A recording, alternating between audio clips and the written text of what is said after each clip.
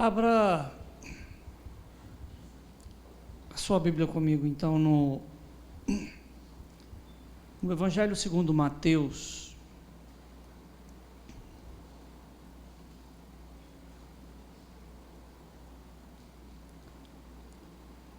no capítulo 13.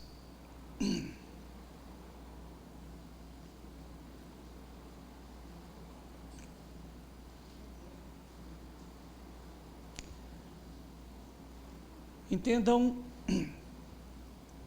reflitam sobre a importância da autoridade ministerial, da presença, da ausência dela e daquilo que significa ser buscado pelos futuros novos pastores e os atuais. Um dia, eu estava em um local, mas o pastor Rubens, em Bauru, num shopping.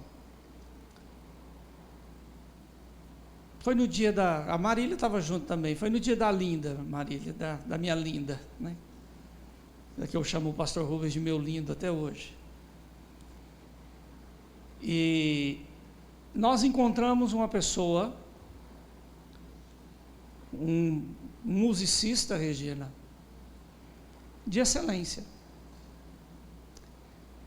no meio do shopping. Um profissional instruído em toda sorte de instrumento. Ele, baixo, teclado, flauta, guitarra, violão, bateria, percussão, todos os sentidos. Era uma lenda, uma referência. E em determinado momento que o Rubens apresentou, eu tive uma visão clara dele morto. Eu não falei nada. Cara alegre, divertido, assim.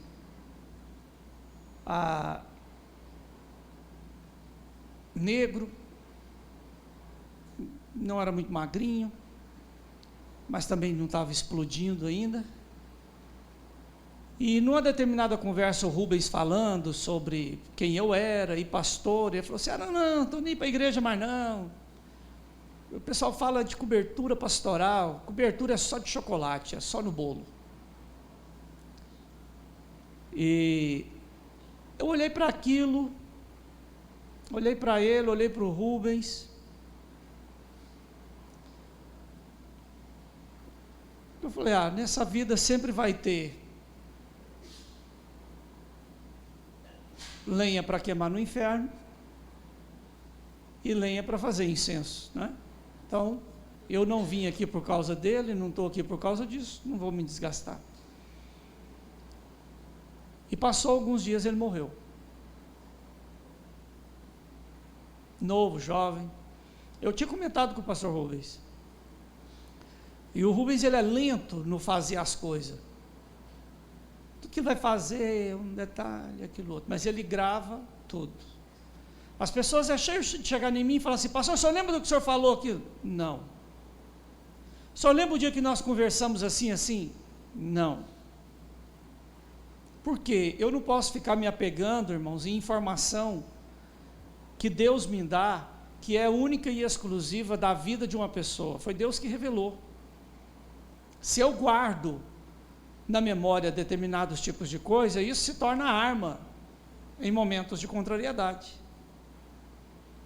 E então eu faço de tudo para não interiorizar determinadas informações, principalmente quando é algo que Deus me usa para falar com alguém, para dizer a uma pessoa.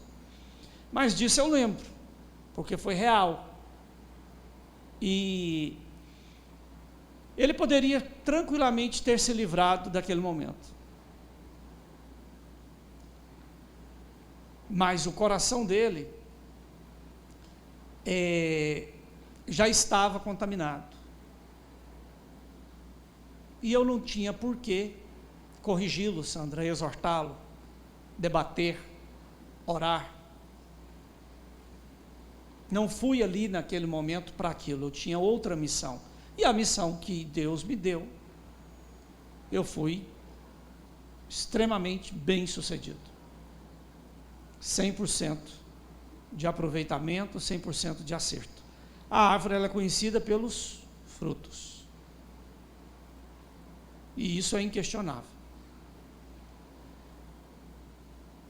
Algumas pessoas me relataram, e não poucas dos nossos membros, sobre a dificuldade que tiveram na minha ausência como pastor. Comportamento, sentimento, atitudes, situações. Isso mostra, irmãos, o quão é importante a igreja. A igreja pode se tornar um instrumento maligno pior do que qualquer instituição que o mundo tenha. Mas se a igreja caminha da forma correta, saiba que ela sempre será o lugar mais próximo do céu aqui na terra. O lugar mais próximo de Deus aqui na terra é a igreja. Agradeço muito a intercessão da igreja, o zelo, o cuidado, porque eu tenho certeza que muita coisa que Deus moveu por intermédio da intercessão da igreja. Tive em riscos reais, de várias formas. Eu até mandei de última hora, agora para o Carlos Henrique, alguns pequenos vídeos, mas não está ligado no computador. Mas posteriormente a gente arruma e faz. Da minha chegada em Nábulos, ao passar ao lado do poço de Jacó, aonde Jesus conversou com a mulher samaritana, a visão, Tião, ao entrar, antes de subir para começar a descer no vale, mas à vista do Monte Gerizim, do Monte Ebal, e é de encabular como, geograficamente falando, lá em cima do Monte Gerizim, o seu olho não alcança por causa da fumaça, da poeira do deserto. Mas se tivesse como ver, de lá é possível ver todo Israel. Inclusive os territórios que já não fazem mais parte do território de Israel. Mas, quando nós passamos em um posto de controle entre Israel e palestinos, quando se rompe o muro ou passa as grades que separam a Palestina do território israelita, o soldado nos abordou, na hora que viu a placa amarela, porque o território palestino, os carros têm placa verde escrito de branco, e os carros de Israel têm placa amarela escrito de preto. E a hora que ele viu a placa amarela indo para o território palestino, especificamente na região, e acredito que já tendo informações sobre as movimentações que estavam tendo ao redor, o soldado falou assim: olha, eu não tenho nada com a vida de vocês, mas se fosse eu, se não for a obrigação da farda, eu não entraria aí, porque o momento não é adequado e o que aconteceu nos últimos dias. O Khalid olhou para mim e falou assim, tipo, o olhar dele dizia assim: então vamos embora, né? Não. não dá para voltar daqui. Se você ficar aqui, eu vou seguir a pé. Não posso retroceder. Não vou retroceder. E seguimos. E no meio de um ambiente muito hostil, e passando em vielas, que às vezes, para fazer a curva, tinha que fazer várias manobras no carro, para conseguir contornar, para ir chegar onde precisava. Fugir ali, Tião, é impossível, só correndo ou pular. Pular, já cai morto, não tem perigo, faz o que quiser então. Riscos, percas, sacrifícios, renúncias, fazem parte da nossa vida cristã. E pessoas que querem servir a Deus de forma que a mensagem do Evangelho se adeque ao seu querer, são pessoas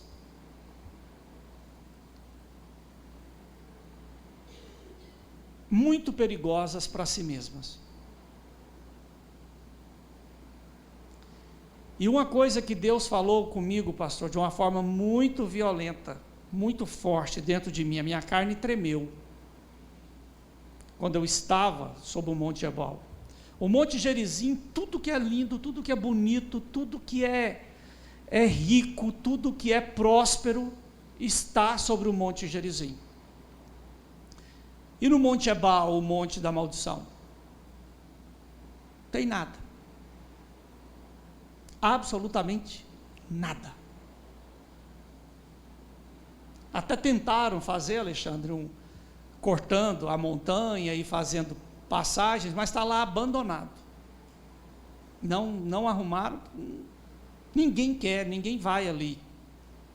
Ninguém quer estar naquele local. E já o Monte Gerizim só não é construído aonde está as ruínas lá do primeiro altar que Josué estabeleceu. Ia mostrar agora, mas posteriormente vai ver. Quando fala um altar, pastor Lucas, que é onde Josué apresentou os primeiros sacrifícios, o que vem à cabeça do senhor? E olha que é uma pessoa que lê a Bíblia, que estuda, sempre foi muito dedicado, tem um conhecimento. Quando se fala do altar de Josué, que ofereceu os primeiros sacrifícios, o que vem na cabeça do senhor assim? Dimensão, proporção, a forma, o que o senhor imagina?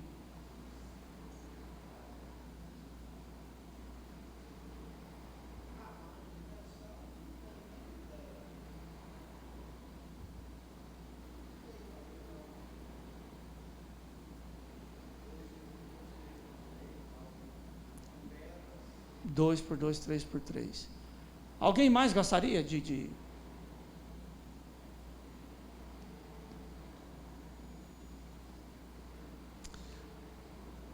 O altar, pastor, para minha surpresa, como eu pensava com o senhor, que era um local erigido ali e tal. Mas o altar, com todas as suas câmaras, recâmaras, porque acredita-se que foi oferecido no primeiro sacrifício. Primeiro Josué, nesse local, ele circuncidou aproximadamente 3 milhões de homens. Homens, meninos, adolescentes. O espaço para se comportar 3 milhões de pessoas é grande, não é?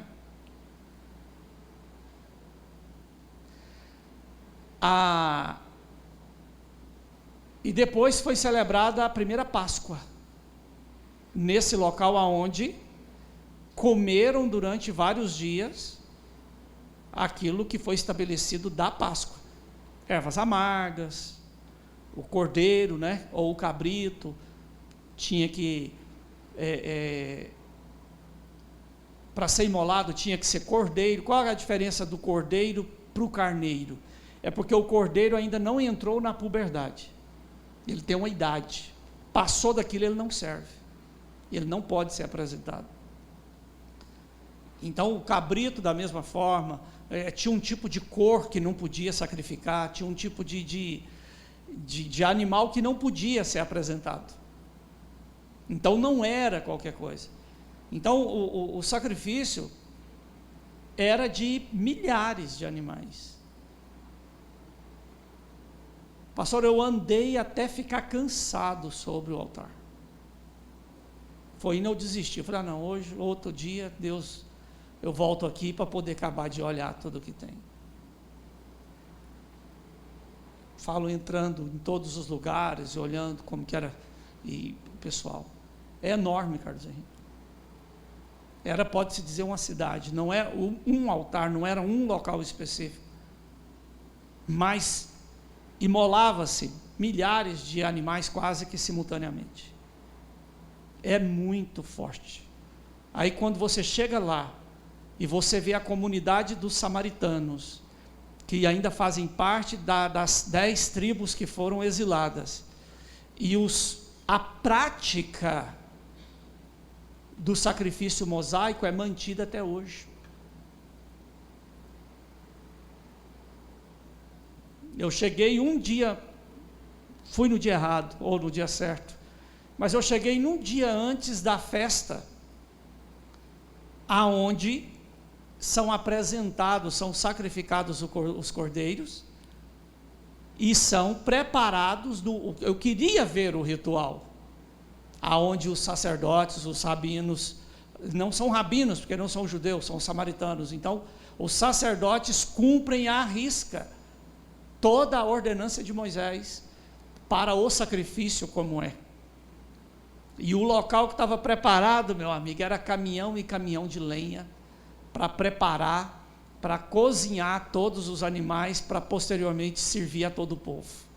Todo o ritual que era feito, como que era, e ainda hoje é feito. Quando você chega no local, mesmo quando eu não sabia disso tudo, mas parece que os meus sentidos ficaram todos aguçados. Uma sensação muito estranha, de muita coragem, de muita alegria, de muito respeito, sabe, Sandra, de muita devoção. É aquela coisa assim que você tem a sensação que algo de Deus vai se revelar para você a qualquer hora, vai aparecer alguma coisa. O local, quando você pisa, a carne treme. E quando ofereci os sacrifícios, eu não fui conhecer a cidade, Nablus, que é de encabular, um local lindo daquele, com quase 1 milhão de pessoas no meio das 2 montanhas. E aí tudo mudou. O peso acabou, a angústia, a preocupação, aquele fardo parece que caiu. Eu sentia que algo estava para acontecer, mas eu não tinha medo, não tinha preocupação. O Deus de Abraão, de Isaac e de Jacó, o Deus de Israel, o Deus de Davi, o Deus de Neemias, de Ruth, o Deus de Hadassa, Esther, é o mesmo Deus hoje. E a hora que eu estava no Monte Ebal, que eu terminei, Tião, parece que uma voz conversava comigo, não era só algo na minha mente, e falava comigo assim: eu sou Deus de vivos, eu não sou Deus de mortos. Abraão não é Deus, Moisés não é Deus, Davi não é Deus. Jesus é o meu filho, que ele foi para me obedecer. E ele está sentado à direita do meu trono, porque eu só atendo às suas petições. Ele é o intermediador. E quem opera é o meu espírito. Portanto, a fé dessas pessoas serviram para elas. Mas você precisa ter a sua fé. Porque eu não sou Deus de mortos. Eles fizeram o seu papel. Mas hoje, ninguém está isento de praticar, de ter o seu papel e a sua vida. Aquilo foi forte demais. E sempre vinha aquilo na minha cabeça. Eu sou Deus de vivos. Os mortos não me servem mais. Os mortos não decidem mais. Os mortos não pecam mais. Os mortos não escolhem mais. É o seu momento. É o momento dos que estão vivos. Clamem a mim. É muito diferente. Eu espero muito que toda a igreja possa ter essa experiência, não como turismo. Não como turismo. Mas como parte do conhecimento da sua fé. Amém? Mateus 13, no versículo 10, diz assim: Então, se aproximaram os discípulos e lhe perguntaram: Por que lhes falas por parábolas?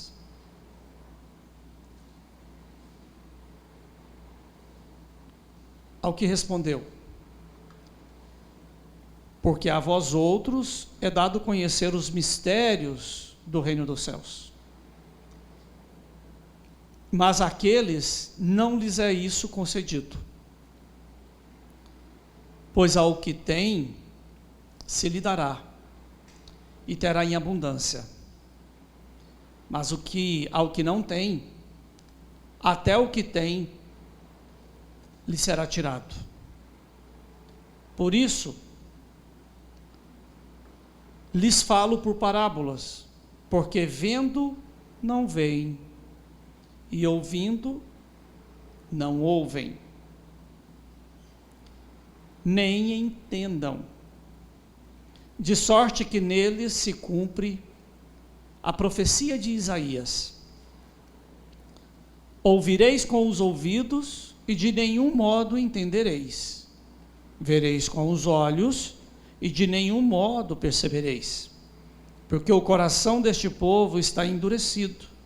De mau grado ouvem com os ouvidos, e fecharam os olhos, para não suceder que vejam com os olhos, ouçam com os ouvidos, entendam com o coração, se convertam e sejam por mim curados. Bem-aventurados, porém, os vossos olhos, porque veem, e os vossos ouvidos, porque ouvem. Pois em verdade vos digo que muitos profetas e justos desejaram ver o que vedes e não viram, e ouvir o que ouvis e não ouviram. A todos os que ouvem a palavra do reino, não a compreendem, vem o maligno e arrebata o que lhes foi semeado no coração. Este é o que foi semeado à beira do caminho. A parábola do semeador. Eu quero falar com vocês hoje aqui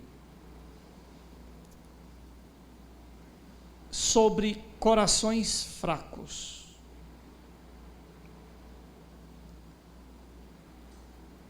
Digam comigo, coração fraco.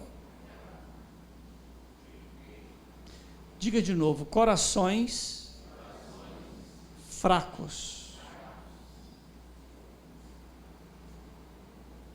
Ah, pastor, então precisa colocar um marca-passo, precisa fazer um procedimento, que não sei o quê. Não é disso o que a Bíblia aqui está dizendo.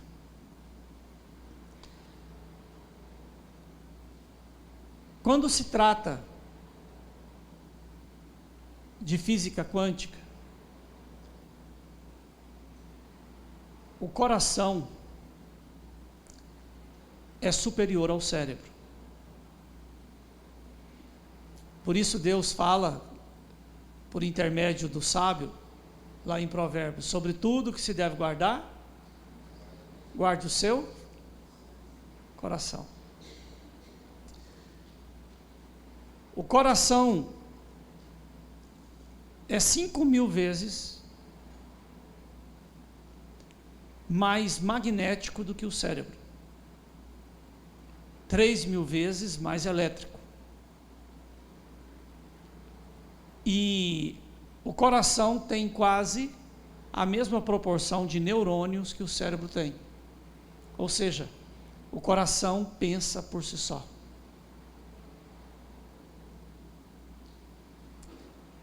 Uma pessoa que o cérebro morreu, ele pode continuar vivo? Pode.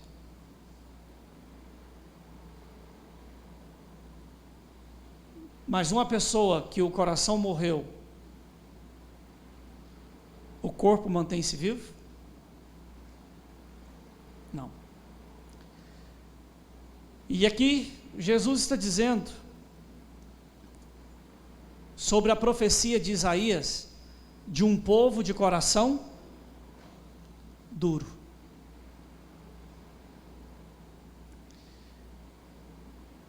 E tem um ditado que diz que coração é terra que ninguém pisa, nem Deus. Por quê, pastor? Porque Deus respeita as escolhas dos homens. A consequência pode ser destruidora, mas Deus não toca na liberdade que Ele deu aos homens. Ele pode até chorar e sofrer pelo errado, mas Ele não interfere na sua escolha. Uma vez decidido, o Senhor respeita, porque Deus amou o mundo de tal maneira que deu o seu Filho unigênito, para que todo que nele crê não pereça, mas tenha a vida eterna. Porém, quem não crê já está condenado. Não vai ser condenado, já está. É uma condição. É uma questão só de fechar a tampa do caixão. É uma questão de tempo. Ambos morrerão. Um vai para Deus e outro vai para onde escolheu. Já aconteceu de você entrar em sincronia de amizade, de relacionamento com alguém, e aquilo gerar uma empatia, uma comunhão, uma intimidade muito grande, de confiança, de admiração, de compartilhamento, e passa um determinado momento, aquilo se perde, e algumas coisas acontecem, e aí você diz assim: como que eu não consegui perceber que essa pessoa era assim? Quem já passou por isso?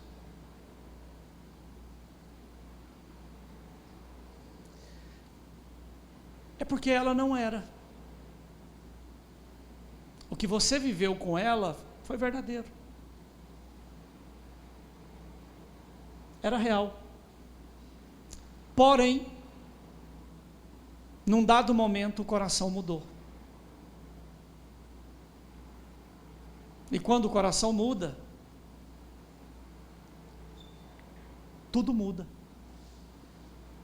A maneira de pensar muda, a maneira de sentir muda, a maneira de enxergar, não só ver, mas de enxergar pessoas e acontecimentos muda.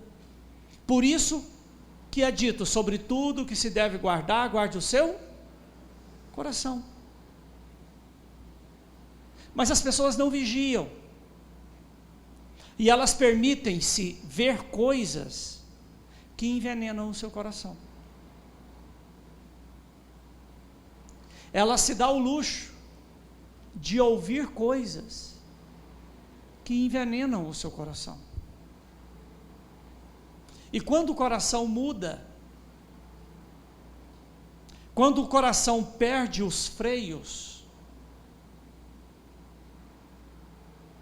aí entra aquele ditado do mineirinho: fogo de morro acima, água de morro abaixo. E mulher, quando quer homem, ninguém segura. Alguém já tentou apagar um incêndio no morro?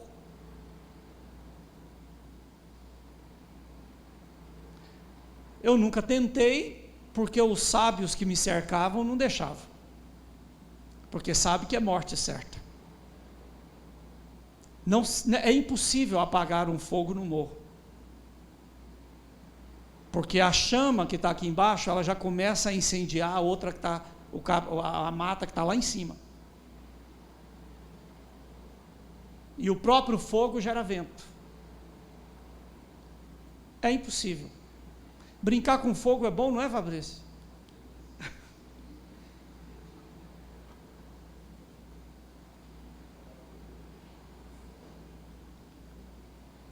Fogo, e olha, eu vou falar uma coisa para vocês, irmãos, eu amo fogo.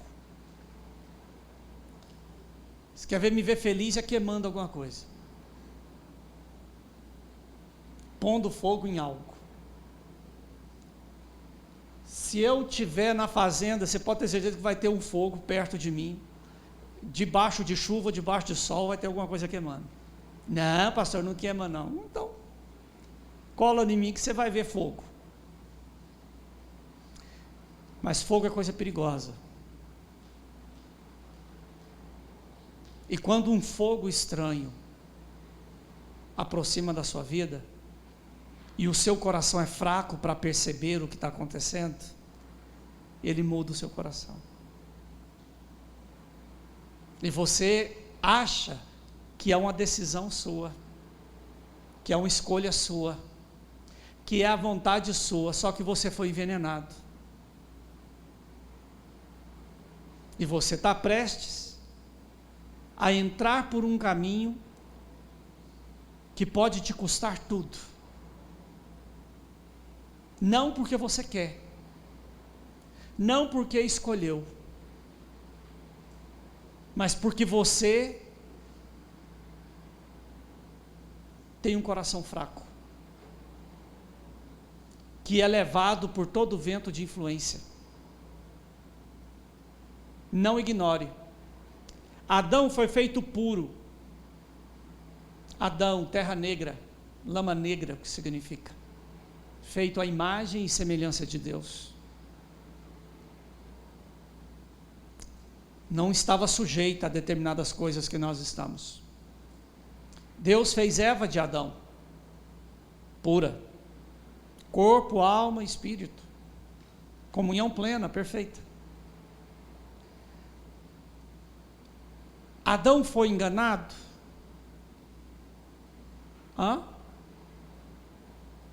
Não.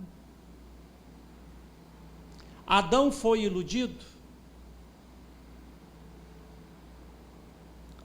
Adão agiu com precipitação?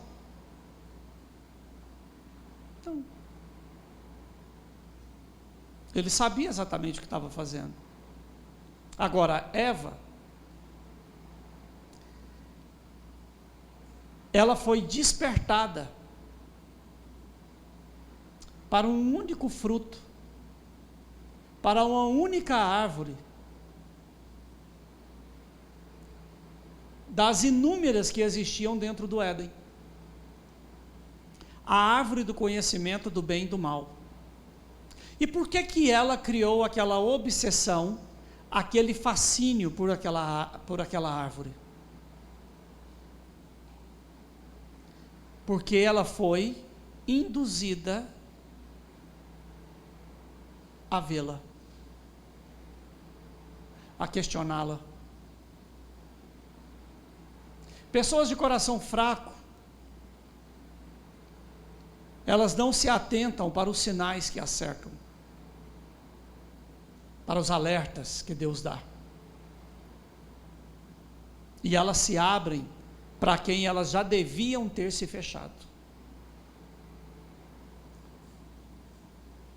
Satanás, na figura de uma serpente, de um dragão,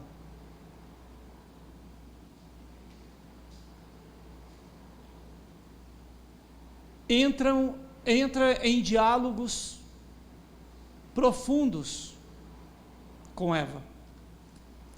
E num desses diálogos, aonde ele desperta nela a obsessão pela árvore do conhecimento do bem e do mal, ele faz uma pergunta quando o ambiente estava preparado.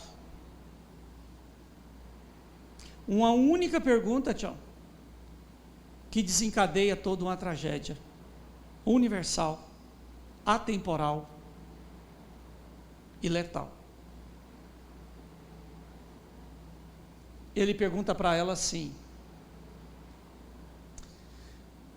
Deus disse que não pode comer nada aqui no Éden, né? Ela falou assim: não,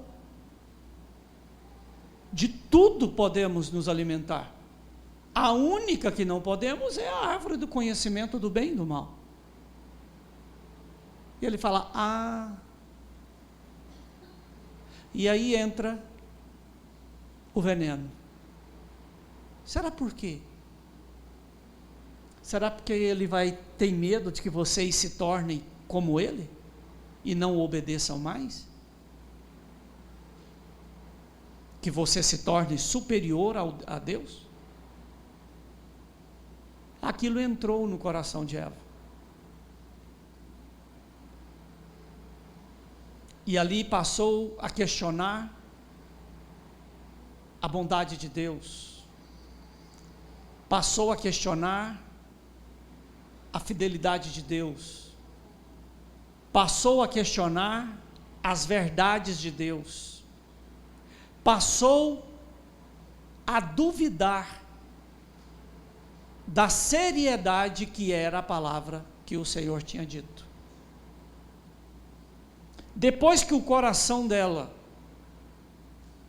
encheu-se de toda a dúvida, de toda a curiosidade, primeiro lhe foi dado algo para ver. Cuidado com os seus olhos.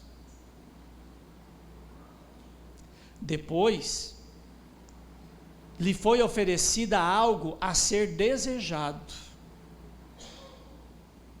Cuidado com o que você ouve. Cuidado com o que é te apresentado. Cuidado com falsos elogios.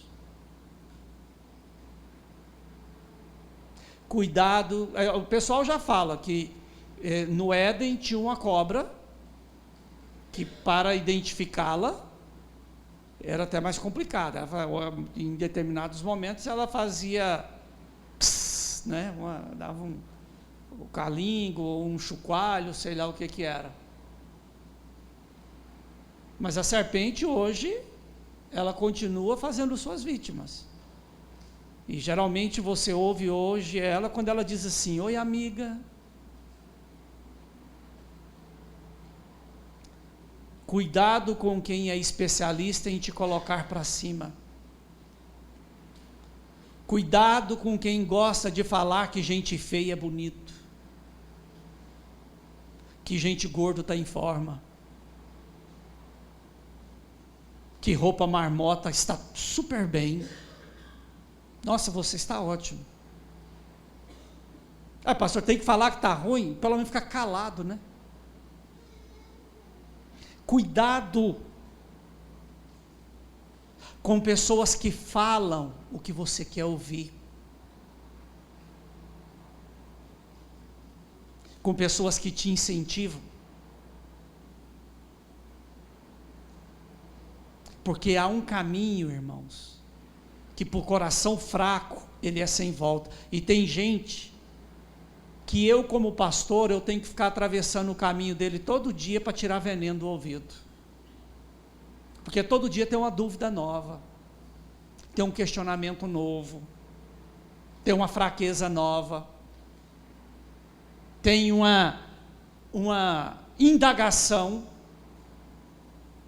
que é contra tudo o que ele já viu e já viveu, mas precisa se provar para ele todo dia que Deus é Deus, porque qualquer veneno contamina o coração fraco, e a pessoa não percebe que ela muda e começa a mudar escolhas, comportamentos, sentimentos, desejos, sem preocupar com as consequências. Eva pegou, posteriormente,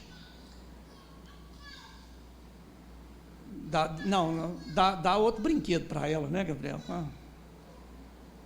A Eva começou a entender que os prazeres dela era mais importante do que a sua paz, do que a sua felicidade. Então ela resolveu comer. Quando ela aproximou de Adão, ele viu que algo estava diferente. Ele sentiu que algo estava diferente. Ele percebeu nos comportamentos, na postura, que algo estava diferente. E ele fala para Eva, pode olhar lá na sua Bíblia que está escrito assim: o que tu fizestes? O que você fez? Ou seja, você está tão mudada que algo aconteceu. E ela fala, comi da árvore que Deus disse que não era para comer. E Adão fala para ela, por que fizestes isso? Agora morrerás.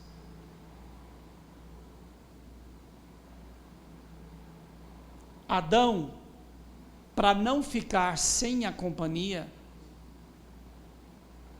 porque ele sabia que ela morreria, então decide comer também.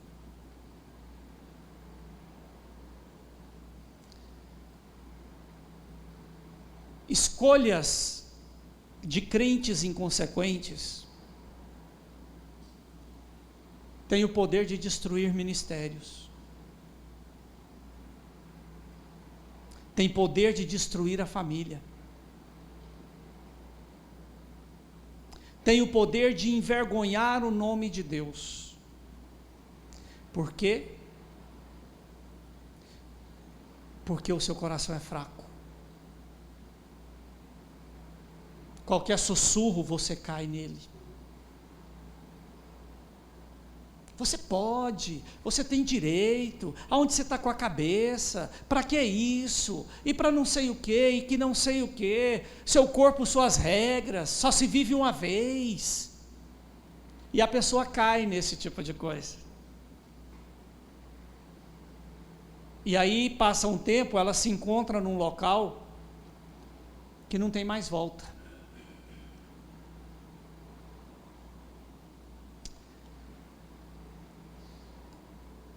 não brinque com as coisas de Deus. E quando eu digo isso, eu quero te dizer, não brinque com o seu coração.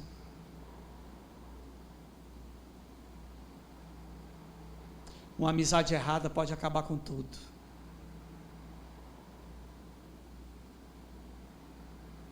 Uma pessoa que você entende que ela é boa para você, mas que está te incentivando a algo que vai te destruir. Você precisa aprender a proteger o seu coração, protegendo os seus ouvidos, protegendo os seus olhos, porque aquilo que Deus disse não faça, e você insistir por esse caminho, a consequência vai vir. E quando ela vir, pode ser daqui 1 ano, 2 anos, 3 anos, 10 anos, 20 anos, 30 anos, será insuportável. Porque de Deus não se zomba. Não se toca naquilo que é de Deus, não se toca naquilo que é na igreja, não se contamina a igreja. Ah, pastor, mas a igreja é um local muito sem graça.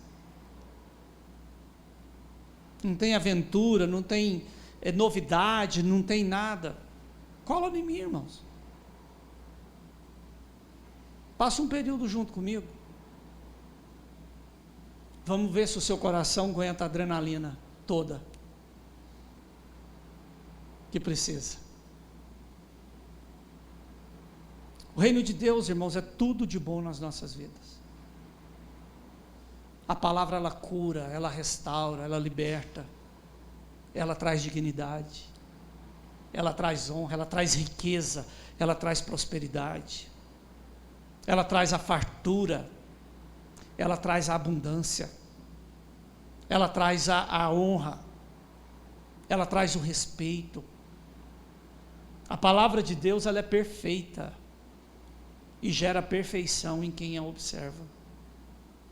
Mas, se você permitir que uma única pessoa contamine o coração, vai se tornar uma jornada que você vai demorar décadas para conseguir consertar o caminho, se tiver tempo para isso. Chega na igreja, parei de ir em igrejas, irmãos, ministrar, esse tipo de coisa, exatamente por causa disso. Você chega num local e vem alguém com uma vida que está destruída, pastor, ore por mim, pelo amor de Deus. Ô Senhor, abençoa, porque o teu nome abençoa isso, tal, tal. Mas você não sabe o que aquela pessoa fez e por que ela está passando aquilo. E talvez ela foi um filho rebelde, que envergonhou o pai, que envergonhou a mãe, que desonrou a palavra de Deus, que o filho rebelde, pintões d'água comerão os seus olhos, que a sentença para ele é a morte. Talvez é uma mulher adúltera, que desgraçou a vida de um homem e de toda uma família. Passou, pastor, isso é passado, Deus perdoa. Mas nunca houve arrependimento, nunca houve conversão. E a pessoa quer a bênção, Carlos Henrique. Talvez é alguém que mentiu sobre a vida de alguém, que destruiu a integridade do outro. A Bíblia diz, não dirás falso testemunho. Talvez é alguém que, para ter uma qualidade de vida, Alexandre, roubou a família inteira, e ela está lá posando de santa e ninguém quer saber. Ah, pastor, o que ficou para trás, ficou para trás. Não, irmão, pecado confessado é pecado perdoado. Pecado encoberto é semente que, se jogar a terra, cada vez que joga a terra em cima, vira árvore. E a pessoa chega e, pastor, ore por mim, porque a minha vida está isso, aquilo, outro. Eu pergunto, por quê? Não, pastor, eu só quero oração. E eu quero entender por que você precisa de oração. Alguém mais já orou por você sobre isso? Tem 20 anos que os outros oram. Por que você acha que a minha oração vai resolver? Mas não estou entendendo, não. Eu só quero a bênção. Só que não existe bênção, irmãos, sem o seu equivalente em maldição. E se a palavra de Deus diz que determinados pecados terão uma consequência, quem sou eu, quem é você, para anular a consequência dessa verdade? Para fingir que nada está acontecendo? Uma pessoa chegou em mim, Já contei isso aqui algumas vezes, vou contar novamente. Guarde isso. Deixe de ter coração fraco. Aquela amiga cachaceira que você conheceu na escola, te jogou na desgraça. Hoje você é uma vergonha. Você deixou de ser servo de Deus, você virou uma vergonha. Porque alguém contaminou o seu coraçãozinho fraco. E você negou a Deus e negou tudo. Porque não pode escutar uma vozinha, uma conversinha de algodão, de confeite, chegando esterco, que você incha e acredita que é intocável, e não é. A pessoa chegou em mim, que não tinha nada a ver com a nossa igreja, nem comigo, conhecido, e falou para mim assim: pastor, eu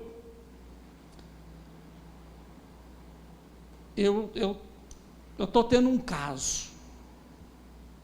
Encontra nomes assim bonitos, né? Falei, você está em adultério? Não, mas adultério isso é coisa do passado, tempo moderno as coisas mudam. Eu estou tendo um caso, aconteceu, não quis. Então foi eu que quis, então, né? Mas estou tendo um caso. E a minha vida está virando uma bagunça e eu preciso resolver isso. E eu vim cá para confessar para o senhor orar comigo. Falei, confessar para mim por quê? Por quê? Eu falei, porque não te custa nada, né? Isso não é confissão, meu amigo. O que eu tenho que fazer então? Vá até o seu pastor, comunique a ele o que está acontecendo e fale com a sua esposa. Mas aí ela vai me largar. Você tinha que ter pensado nisso antes de fazer. Você não adianta se confessar para os outros. Você tem que confessar para quem se ofendeu. Pastor, isso não tem jeito não. Eu falei, fica à vontade. Foi conversar com o pastor. E o pastor falou assim, não mexe com isso não. Você vai falar e ela vai ficar nervosa e vai embora, ou talvez não vai, mas aí vai ficar uma mágoa para o resto da vida, e aí não mexe com isso não. Eu estou te perdoando, Deus já te perdoou.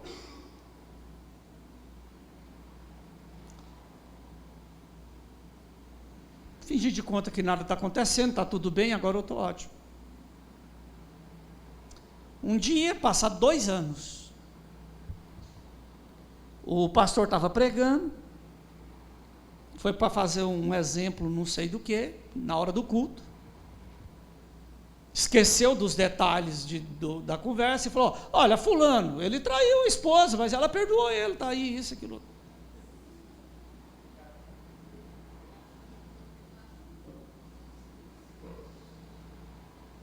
Que bom.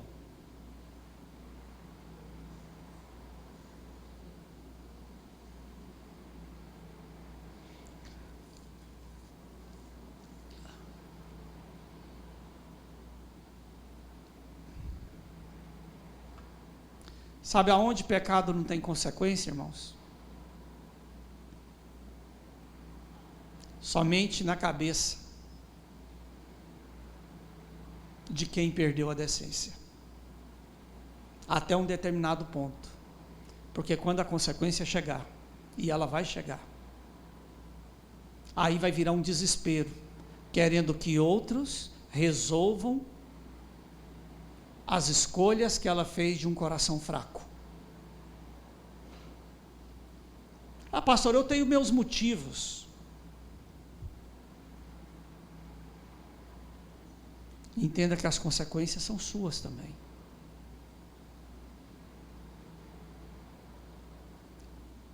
Pastor, eu quero paz, eu quero perdão, eu quero resposta de Deus, eu quero amor de Deus, irmãos. Maravilhoso isso. Glória a Deus. Então confessa o seu pecado. Joga limpo. Aceite as consequências. E sai pelado da casa. Sai nu da guerra. Mas sai em paz com Deus. Que Ele restaura a sua vida.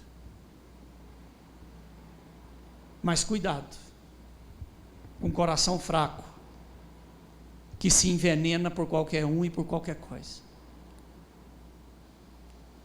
Para levedar, contaminar uma rosca, um pão,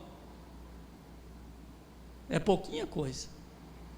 Perfume, então, um mosquitinho que cair numa essência de perfume pode jogar aquilo tudo fora, porque altera todo o cheiro. Quem aqui já bebeu água de uma cisterna ou de uma caixa d'água que morreu um grilo ou uma perereca ou alguma coisa dentro dela? Quem já teve essa alegria?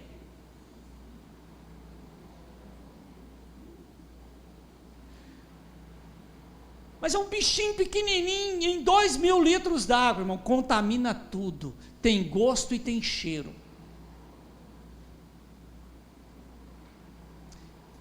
Deixa de ser fraco, deixa de ser fraca, de ficar dando ouvido para coisas que te jogam contra a igreja e contra Deus. Porque uma hora vai até você cair. E depois que cair, irmãos, entenda que as consequências são reais. Amém?